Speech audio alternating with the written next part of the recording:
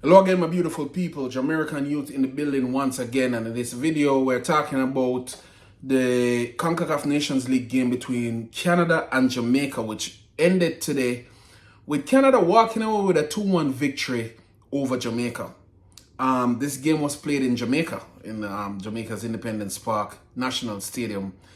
And Canada walked away with a 2-0 victory and a goal by Jonathan David and Stephen Estaquia for Canada, and then a goal by Shamar Nicholson for Jamaica in the second half. The first goal was scored by Jonathan David towards the end of the first half in time added on.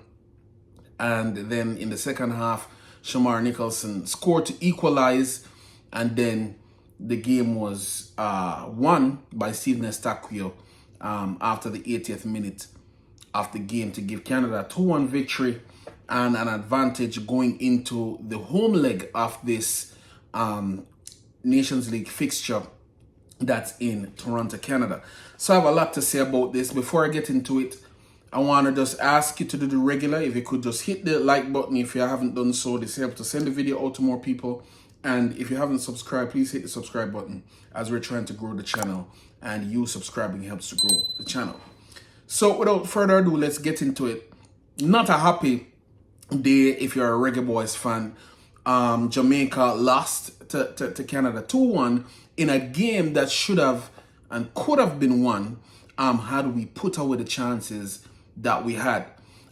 Canada were not outstanding, but they were effective.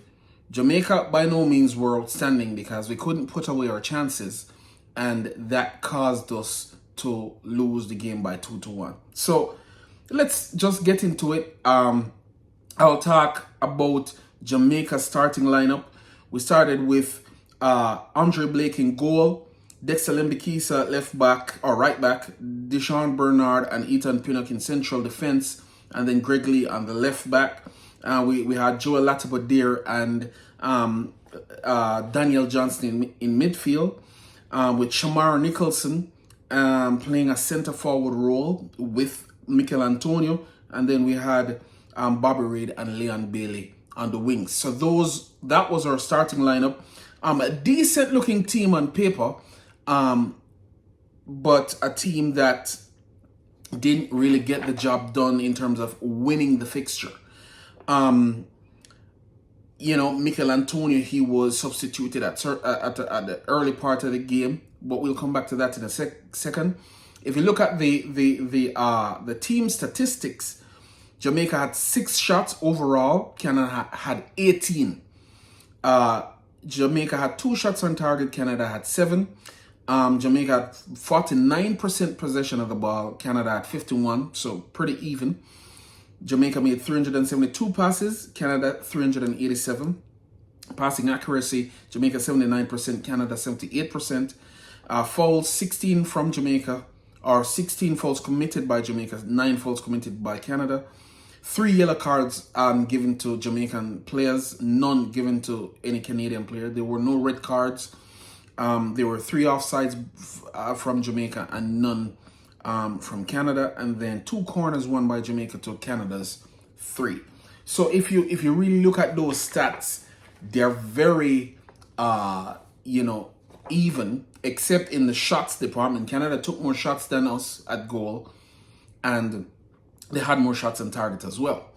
However, I'm going to just get into the game point by point and talk about, just give my feelings on this game. The first point I want to make is with Leon Bailey.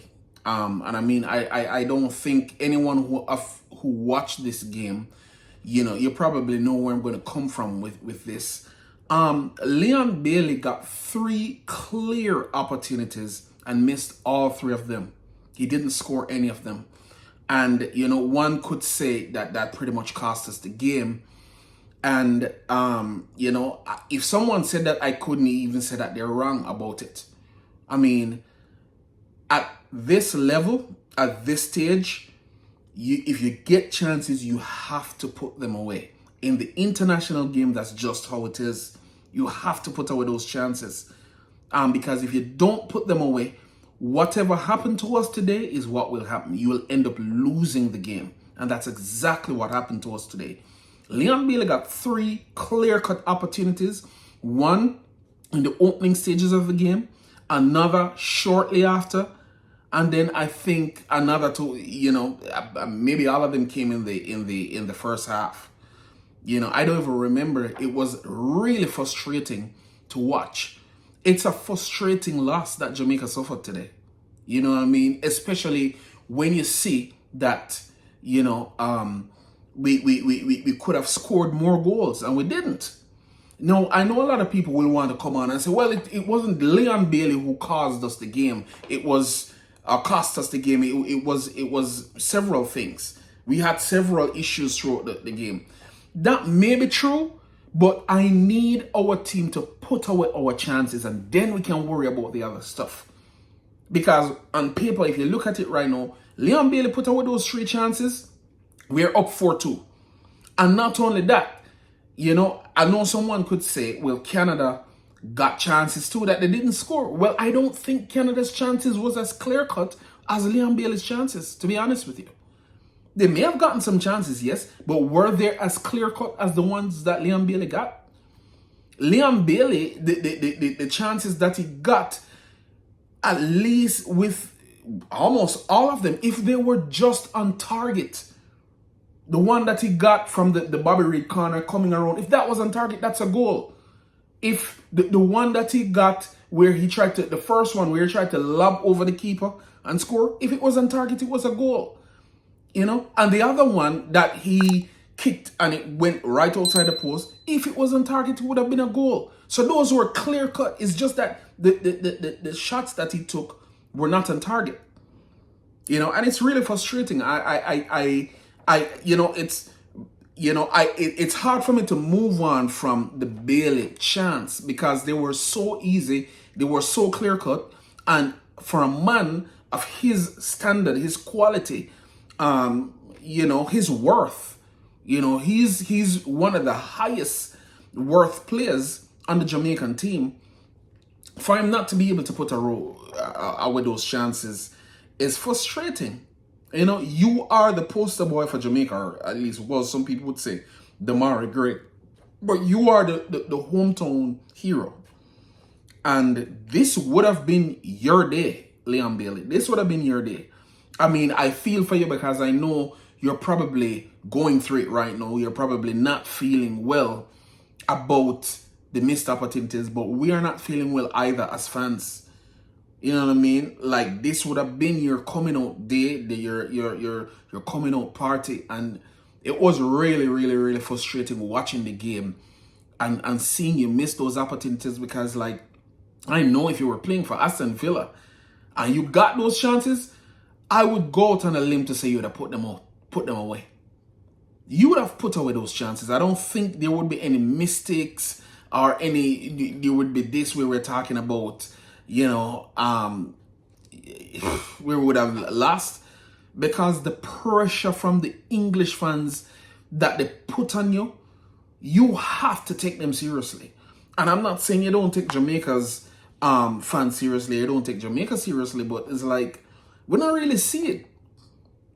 You know what I mean? It's like 3 chance Rasta. Like, come on, man. Like, it's hard for me to even move on from my first point. Because it's not like other things didn't happen in the game. But you missing 3 opportunities, that's a major part of the reason why we didn't win this game. I know it's hard because it's like, we don't even really know if Canada really was better than us. Because had we put away those chances, would we be sitting here thinking that Canada is a better team than us? But no, we can't really make the argument that Canada isn't better than us because they beat us at home. It's Jamaica's first loss in Nations League history. But it's a loss nonetheless, and it's the first time Canada is beating Jamaica on Jamaican soil. With arguably the best team we have had. It's pretty frustrating, But anyway, moving along. The second point I want to make is with Hallgrimsson, the coach. I'm still my mind is not made up on this coach at all. I mean, I have seen some good things that he have done. Has been very professional in the way he's carried out his business. He has got the team to consistency in terms of choosing the right players or choosing players in a consistent camp. He has, gotten some good results consistently. Has really only now lost 2 competitive games. And I really wonder what chance do we stand going into Canada for the second leg. Do we even stand a chance of winning that game? The jury's out. I'm not optimistic, no, because when you get a team and you get 3 chances that you can't put them away, it means that it's not just the other team that we have to worry about. It's us. Can we put away our chances that we get? And if you look at the goal that Shamar Nicholson scored, it means that we got 4 opportunities and scored 1 from 4. So anyway, getting back to Hallgrimsson, I'm not made up. I'm not sold on this coach as yet. I know a lot of people are like really happy about the job he has done and everything, and to an extent I am too, but I'm not 100% sold on this coach. I'm not 100% certain that this guy, Hallgrimsson, is the type of coach that's able to coach us to the World Cup. No, it's possible only because Canada, Mexico, and the US is not here or won't be playing. But I am still yet to see him against Panama and Costa Rica, so I'm not sure on him yet.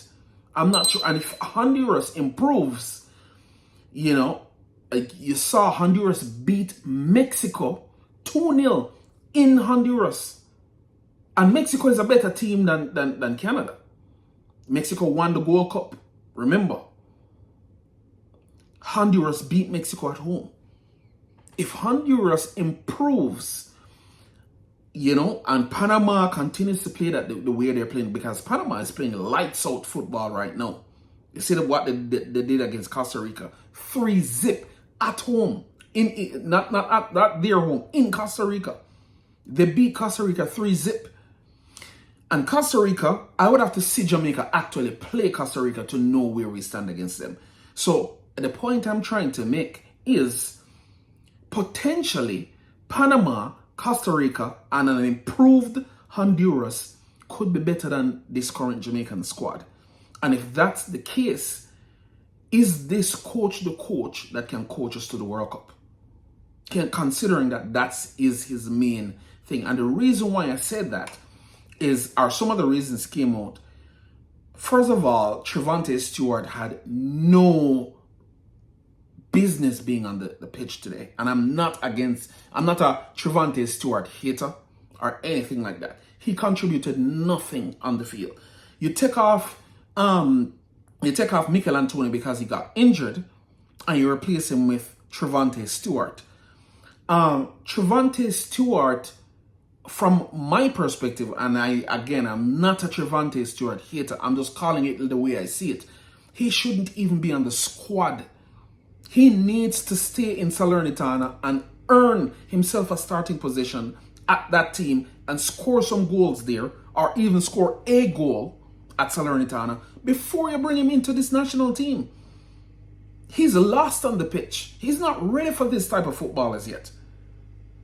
And if I were Hallgrimsson, I'm taking note, Mikel Antonio, if you're doing a like-for-like switch, I'll put on Romario Williams, because he has proven himself with this squad before. And he scored in the last window. Why would you put on a Trevante Stewart, who is an unknown quantity, that is on no type of form at Salernitana, instead of a Romario Williams, who has proven himself to you as the coach? He has scored under your tutorship, Hallgrimsson. Romario Williams. So why not bring him on? He's on form. He's playing the USL, yes, but he's still on form. He's playing well. He's the guy you should have brought on. And then, in addition to that, think about 2 hold-up two center forwards, if you want to call it that. You started Shamar Nicholson and Mikel Antonio together, which personally I don't have a problem with, because I think those 2 strikers are quality strikers. But when Mikel Antonio comes off, I guess you kind of wanted to keep the same strategy. But Trevante Stewart is not Mikel Antonio. So I don't think putting Shamar Nicholson and Trevante Stewart together makes any sense, because it's two hold-up strikers. Again, if that was Mikel Antonio and Shamar Nicholson, it makes sense because we know what Mikel Antonio is capable of. Mikel Antonio can play center forward, out and out striker, and as a winger. So he can do it all. So wherever he gets the ball, he's going to be a handful for the defense. So he makes sense starting in with Shamar Nicholson because he can do it all. Trevante Stewart is an unknown quantity. He needs a lot more development. So that change didn't make any sense for me.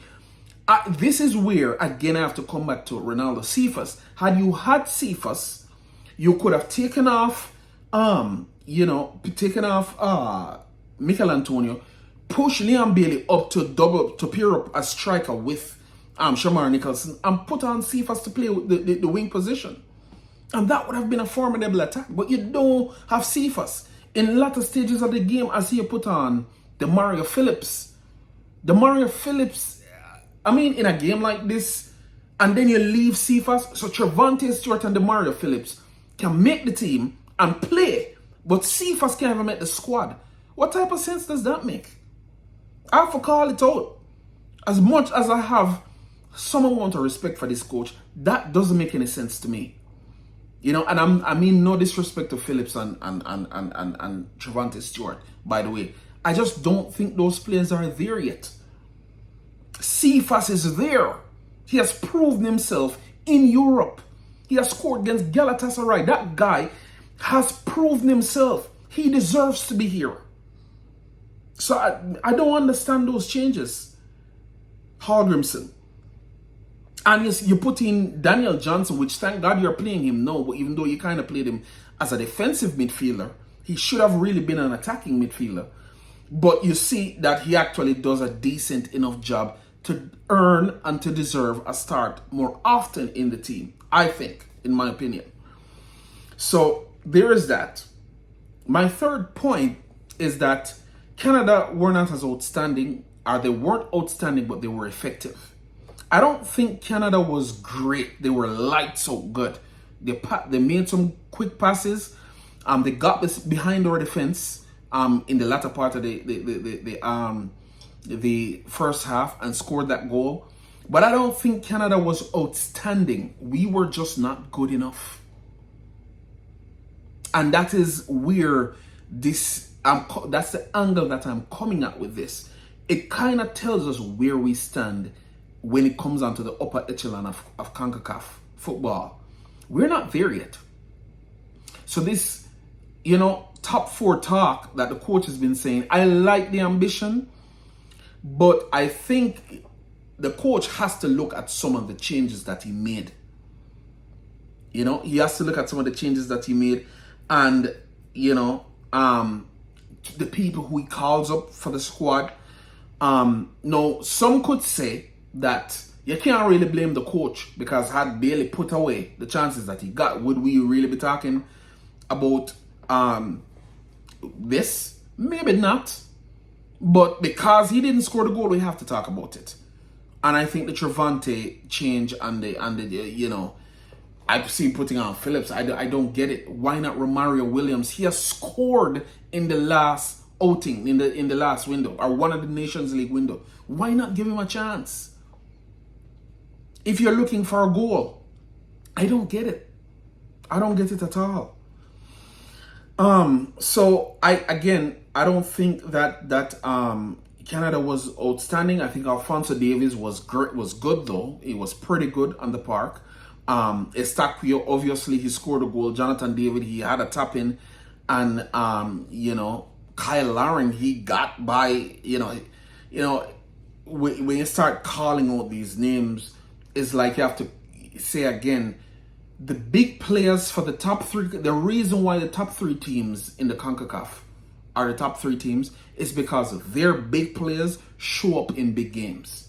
Leon Bailey, you are our big player. You never showed up today. No, don't get me wrong. You're a good player, because obviously to get yourself in the positions that you got yourself in, That is important. I mean, you wouldn't have gotten the chances at goal if you didn't get yourself in the type of position that you got yourself in. But you didn't show up. Christian Pulisic, he shows up when the US plays. When he plays for the US, he shows up for them. Timothy Weah and Gio Reyna, those guys are big players for the US. They show up when they're supposed to show up. For the US, Alphonso Davies, Jonathan David, Kyle Larin, those guys show up for Canada when it's time. When are you going to show up for us? I know you have scored for Jamaica, but you need to show up for us when we need you the most. And this was a game where we needed you because there was no Demarai Gray. And Demarai Gray obviously has established himself as the out-and-out star of this team.